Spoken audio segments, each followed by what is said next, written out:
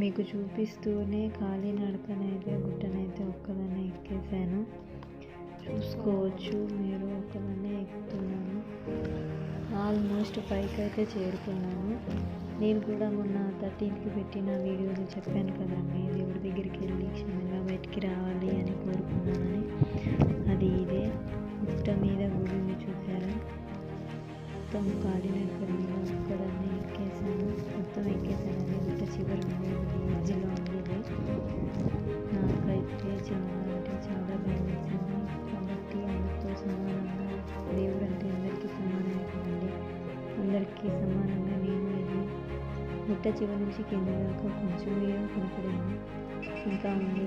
అక్కడికి వెళ్ళి నేను క్షేమంగా ఇక్కడికి ఎలా వచ్చాను తిరిగి వెళ్ళి నేను చెప్తున్నాను. మీరు